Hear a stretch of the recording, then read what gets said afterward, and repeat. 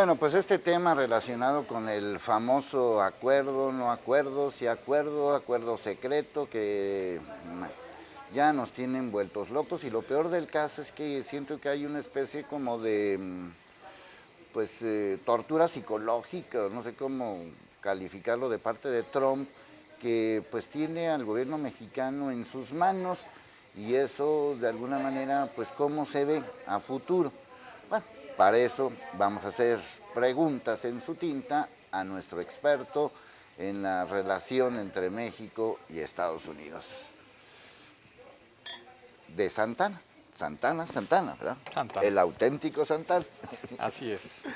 Bueno, a ver, platícanos. La relación entre México y Estados Unidos siempre ha sido... Amor-odio. Sí, ¿verdad? Sí. Sí, digo, la verdad es que ya lo dijo Porfirio Díaz, ¿no? Pobre México, tan lejos de Dios, tan cerca de los Estados Unidos.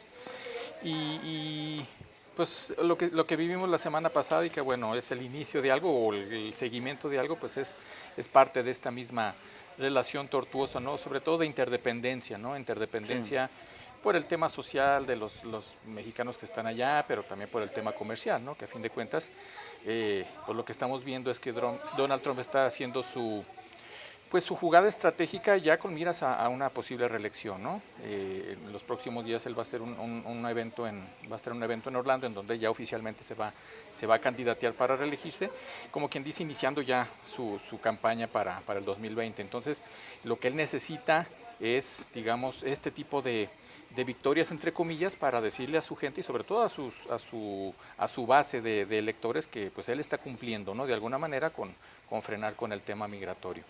Fíjate que cuando estaba todo este asunto así en su apogeo, revisando algunas series y algunos programas de estas plataformas que ya conocemos, me llamó la atención que empecé a ver cosas actuales, y en esas series se referían a los mexicanos de una manera muy despectiva. Es decir, sí hay ya una campaña mediática. Antes eran los colombianos, ¿no? Todo lo que tenía que ver con alguna serie de drogas eran colombianos todos, claro. Aunque los actores fueran mexicanos, pero era colombiano. Pero me llama la atención cómo se refieren a los mexicanos, inclusive en programas, vamos a llamarlos de comedia, de una manera que quizás no se referían tanto, o sea, de una manera grosera, diría yo, y hasta despectiva, ¿no? Sí hay un clima en Estados Unidos anti-mexicano. Sí, y la verdad es que, digamos, este discurso de Trump ha abonado, ¿no? Para que sea un tema mediático y que, bueno, que venda hasta cierto punto. Los mexicanos siempre hemos sido muy estereotipados en Estados Unidos, ¿no? Digo, desde el mismo Speedy González ya sí. Teníamos una imagen, que bueno, eso ha evolucionado, pero no necesariamente para bien. Bien dices que hay muchas series, ¿no? Sobre todo en estas plataformas tan populares, que no nos hacen ningún favor, ¿no? Al presentarnos con una imagen de narcotraficantes, por decir algo. Entonces, sí es parte de esta idea, sobre todo porque en el imaginario americano se queda mucho esta idea, ¿no? Son muy de comprar este tipo de mensajes, ¿no? Entonces, si eso tú lo vinculas con una, digamos, un Donald Trump empoderado, sobre todo, digo, al haber obtenido la presidencia, se siente pues como mucho más autorizado para usar este tipo de discursos, y pues esto también pues se usa en los medios y la gente lo compra, desgraciadamente. No todos, pero sí es. Sí, pero hay una parte, y por eso quería yo mencionarlo, porque a final de cuentas todo se llama ¿cómo le hago para reelegirme y que la gente siga votando por mí? Claro. Entonces, el discurso antimexicano le ha dado resultados siempre, porque hay mucha gente que lo compra, y como de alguna manera, aunque hubo otros presidentes un poco más, bueno, por decir algo, Obama hizo más cosas contra las deportaciones que el propio Trump, inclusive Reagan en su momento también fue más duro contra los mexicanos, inclusive hizo leyes, o las leyes de Simpson-Rodino. Trump no ha hecho nada de eso. O sea, Trump, como en su presidencia, no se ha metido tanto a ese tema.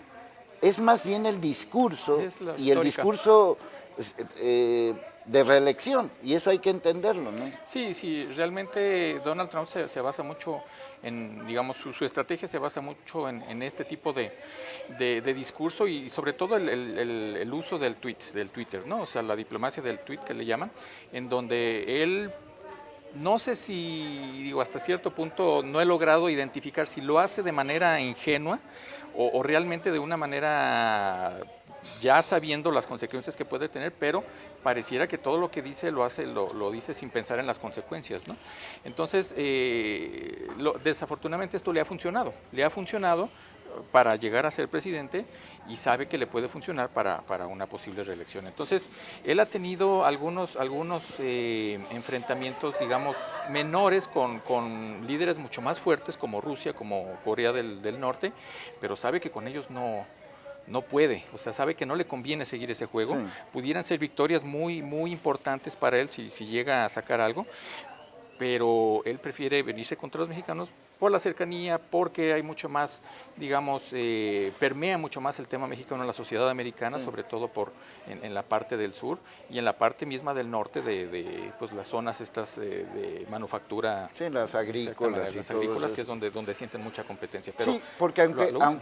aunque ahora sí que el pleito no es contra los mexicanos,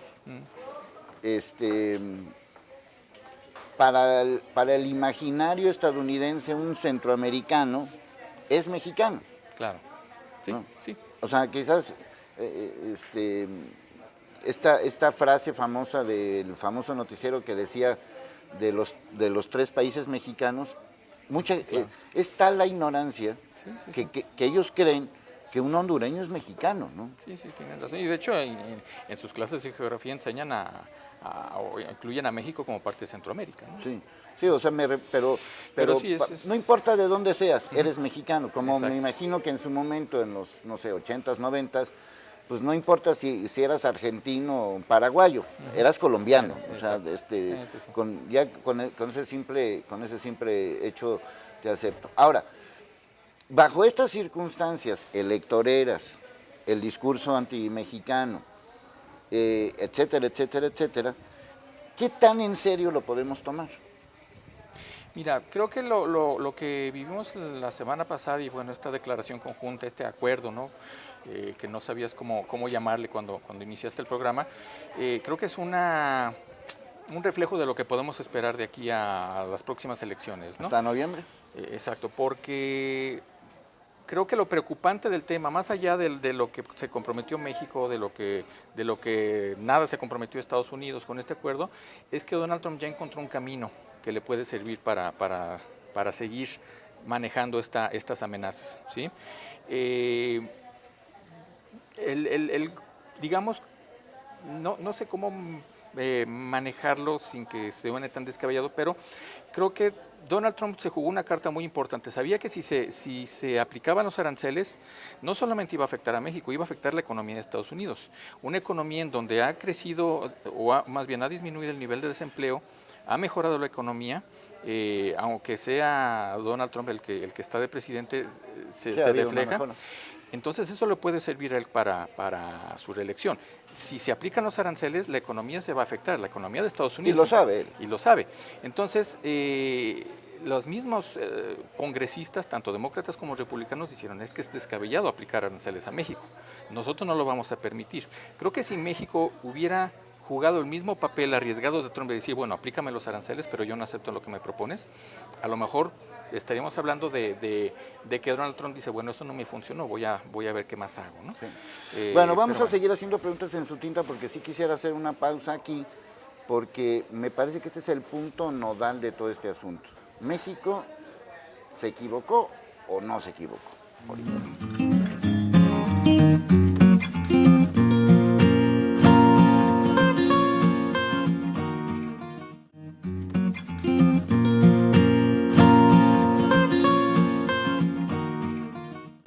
Bueno, pues este es nuestro lugar favorito para hacer preguntas en su tinta y como siempre, pues les decimos, una de las fórmulas para evitar todos estos desastres económicos y amenazas, pues es apostarle a la producción nacional, cosa que no se ha hecho y por lo que veo no se hará. Así que por ese lado, pues hay que consumir lo que se hace en México y pues punto. Y este es un lugar propicio para eso. Bueno, seguimos haciendo preguntas en su tinta y yo lo dividí en dos frases. Una es la misión diplomática y otra es la sumisión diplomática. ¿Por qué lado te vas? Bueno, yo creo que finalmente pesa la segunda parte, sí, la sumisión diplomática. Sin embargo, no creo que el gobierno mexicano haya actuado de mala fe. Creo que simplemente se enfrentó como cualquier crisis, sí, las crisis tienen que resolverse rápidamente. Y creo que el peor escenario que veía el gobierno mexicano era precisamente el tema de los aranceles. Sí, era, digamos, una situación económica que no era nada favorecedora, entonces optó por, digamos, aceptar ciertas condiciones de Estados Unidos, que, bueno, ya viendo la fotografía completa, el panorama general, pues te das cuenta de que quien se compromete es México. Sí, Estados Unidos, el compromiso principal que hace es, uno, no aplicar aranceles, que prácticamente eso no es compromiso, y dos, atender los casos de peticiones de asilo, ¿sí? Entonces, pero tampoco hay una fecha para hacerlo, ¿sí? Eso puede durar meses, puede durar años, entonces mientras nosotros vamos a tener aquí esperando pues a un buen número, quizá incrementándose de migrantes, ¿no? Entonces, creo que lo que hizo México fue, como en las caricaturas, tapar el hoyo con un dedo, pero destapar otros, ¿no? Sí. Entonces, si hay una estrategia adecuada, o si se empieza a armar una estrategia adecuada, pues creo que puede, de parte del gobierno mexicano, pues se podrá atender, pero en este momento es difícil, es complicado ver si hay esa capacidad para enfrentar. Sí, porque en algún momento dado hay que, no digo que ponérsele al brinco a Donald Trump, ni mucho menos, porque esto hubiera alargado toda esa situación. Ya sabíamos inclusive que legalmente no se podían aplicar este tema de los aranceles. Sin embargo, sí creo que había un clima de mucho nerviosismo. Ahora hay tiempo, y un poco lo que todo el mundo ha coincidido es decir, ¿qué ganó México con este tema? Tiempo. Claro. Sin embargo, por lo pronto, la dimensión de este pequeño párrafo que dice, y ustedes mientras les damos asilo se quedan en México, creo que nadie dimensionó de qué estábamos hablando cuando nos enteramos que son 50,000. O sea, ¿qué vamos a hacer con 50,000 personas solicitando asilo y mientras van a estar en México? ¿En cuánto tiempo crees que les van a dar asilo a 50,000 personas? Sí, no, o sea, ¿cuántos años te gustan, no? Sí, no, yo estaba leyendo reportes, por ejemplo, ya muy específicos de diferentes centros de fronterizos en Estados Unidos, de cuánto les está llevando esto, y hay familias que tienen, digamos, cita para abril del 2020 para poder revisar su caso. Mientras tienen que estar en México. Estamos hablando de familias de 15, 20 personas, como máximo, ¿no? Sí. Y ahora sí, 50,000, pues es muy complicado, ¿no? Entonces, yo siento que el problema principal o el conflicto potencial, por decirlo de alguna manera, se va a centrar en las dos fronteras, ¿sí? En la frontera mexicana, que son los que alcanzaron a llegar a esa zona, o los que son regresados, y los que van a estar siendo más retenidos en la frontera sur. Que, bueno, cada una tiene sus diferencias en cuestiones de sociales, y cada una tiene sus problemas y sus bondades también, pero creo que sí es muy complicado, ¿no? La dimensión que hablas de 50,000, pues es algo que no es difícil, que no es difícil de atender, y sobre todo se fijaron plazos, se fijaron 90 días para revisar nuevamente si se está cumpliendo o no se está cumpliendo, pero se está cumpliendo de acuerdo a los parámetros de ¿quién? ¿De Donald Trump? Sí. Posiblemente Donald Trump, lo más seguro, conociéndolo, va a decir, no es lo suficiente, no es lo que yo esperaba, van los aranceles y a ver con qué salimos otra vez, ¿no?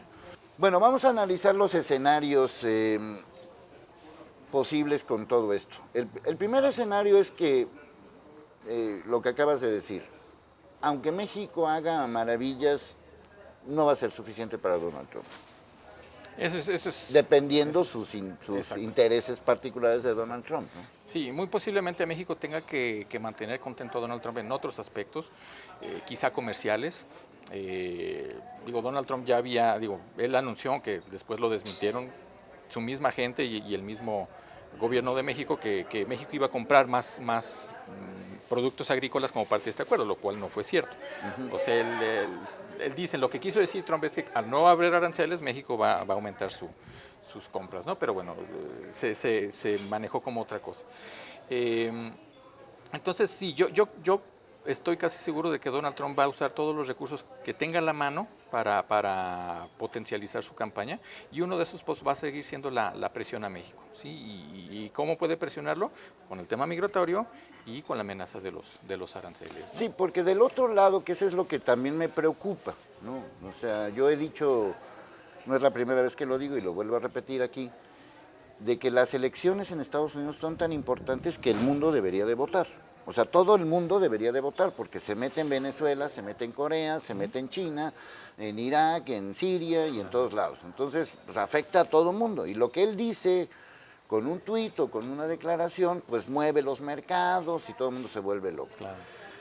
A lo que voy es, del otro lado, es decir, del lado demócrata, no se ve nadie que le pueda hacer siquiera un pedacito de sombra. Mira, hay sondeos ya.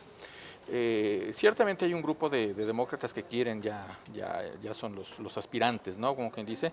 Los más fuertes ahorita son Bernie Sanders, que fue el principal contrincante de Hillary Clinton, y Joe Biden, que fue el vicepresidente de Obama. En este caso se hizo un sondeo nacional, no recuerdo qué firma lo realizó, y los dos le ganaron a Donald Trump por mucho. El principal problema que tiene, sobre todo Joe Biden, es la edad. Él llegaría a ser presidente de Estados Unidos a los 78 años. Entonces, tampoco es jovencito. Hay muchos demócratas que dicen, bueno, queremos un presidente por el cual apostemos hasta dos periodos, o sea, 8 años, pero que llegue a los 78 años. Entonces, digamos, de las preferencias están ellos dos, ¿sí? Cada uno con sus líneas, ¿no? Joe Biden, católico, un poco más conservador dentro de los demócratas, y Bernie Sanders mucho más progresista. Sí. Entonces, cada uno tiene más popular, ¿no? Más popular, sobre todo entre los jóvenes millennials, ¿sí? Mientras que Joe Biden, pues más con los baby boomers, generación X y demás. Entonces, creo que se agregarán dos más, pero ahora sí que la elección va a estar entre alguno de ellos. Sí, yo inclusive llegué a pensar en una especie de Michelle Obama, pero ya ahorita ya no le da tiempo, pues. Sí, no, ya la carrera, como quien dice, ya empezó, y creo que ella está, a menos que haga algo así muy mediático, que sea un bombazo, pero ya no le alcanza. Aunque empiece hoy, no le alcanza. Ya los tiempos son distintos. Entonces, creo que por ahí va la cuestión, pero es un buen tema, ¿no? Porque siempre he dicho yo que los dos factores para que un presidente pueda reelegirse o no es el estado de la economía del país, que bueno, eso lo puede hacer que su nivel de aceptación sea bueno, y el otro es que el contrincante sea alguien realmente poderoso. Sí, porque ¿no? a final de cuentas vota el estadounidense. Exacto. A final de cuentas, aquí hay de dos sopas, o quiero que siga Trump o no quiero que siga Trump. En ese sentido, Trump para el estadounidense, hablo del americano, estadounidense, gringo, como lo quieras llamar, que vive en Estados Unidos y que nació en Estados Unidos y que vota en Estados Unidos y que es de una clase media, etcétera, que vive en el centro de Estados Unidos, Trump no les ha fallado como presidente. Sí. Sí, que el resto del mundo esté descontento con él, también es cierto. No, o sea, yo hablo de ese estadounidense que trabaja todos los días y que le importa un soberano comino que pasa en China o en México. O sea, vive en, no sé, en Minnesota. Claro. Ahora, también es cierto que Donald Trump, por ser el presidente actual, no tiene garantizado que su partido lo va a volver a elegir, ¿sí? Si hay otros republicanos que dicen yo quiero competir contra Trump para ser el candidato republicano, también es factible esa idea.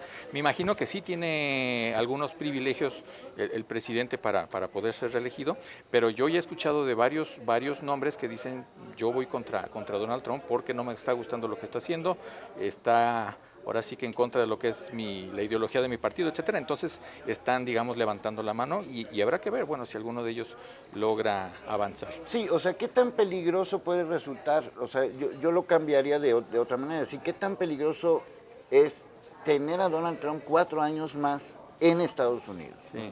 Mira, hace rato venía oyendo, ¿no? El think tank más importante de México en temas de comercio, de relaciones exteriores, es el Consejo Mexicano de Asuntos Internacionales, el COMEXI.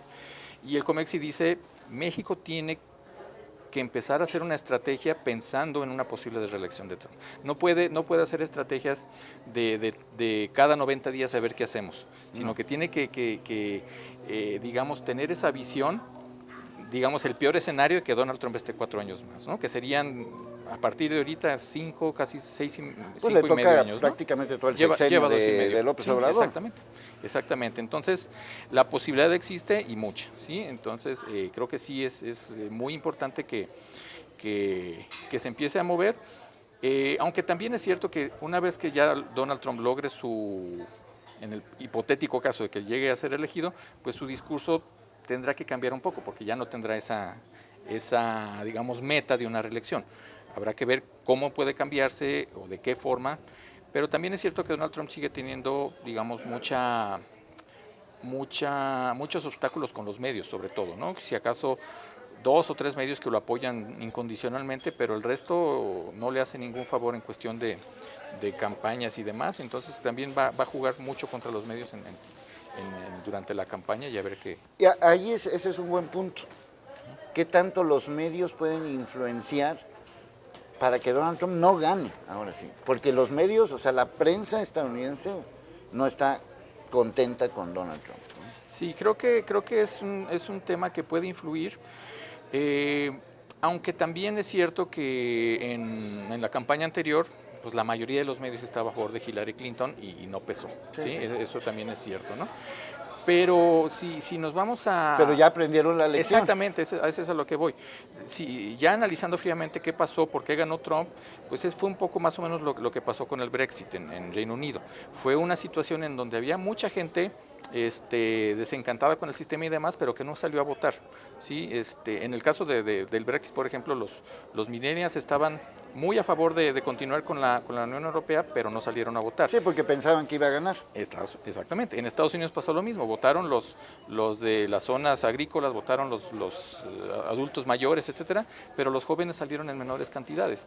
Entonces, si realmente les afectó tanto y sienten que su futuro no pinta bien, creo que, como dices, ya aprendieron la lección y habrá que ver si realmente pueden pesar en este nuevo escenario del 2020. Sí, sobre todo porque, digo, al final sí nos preocupa, sí nos ocupa, claro. Y yo lo veo desde otro punto de vista también. Más allá de si se pueden o no realizar estos grandes proyectos, López Obrador no podrá hacer lo que quiera hacer si tiene encima a Donald Trump. Ya ahorita ya lo desvió del camino. Sí. Entonces, si el tema es, no sé, el aeropuerto, si el tema es la Guardia Nacional, si el tema es lo que quieras de sus grandes proyectos, no va a poder realizar nada porque va a tener a este hombre pisándole los talones. Y tiene que modificar muchas estrategias para darle gusto a los acuerdos, ¿no?, que se llega con el gobierno de Estados Unidos. Creo que ahora México tiene que trabajar más en su misión, exacto, en lugar que la sumisión. Exacto. Bueno, mi querido Santana, gracias, como siempre.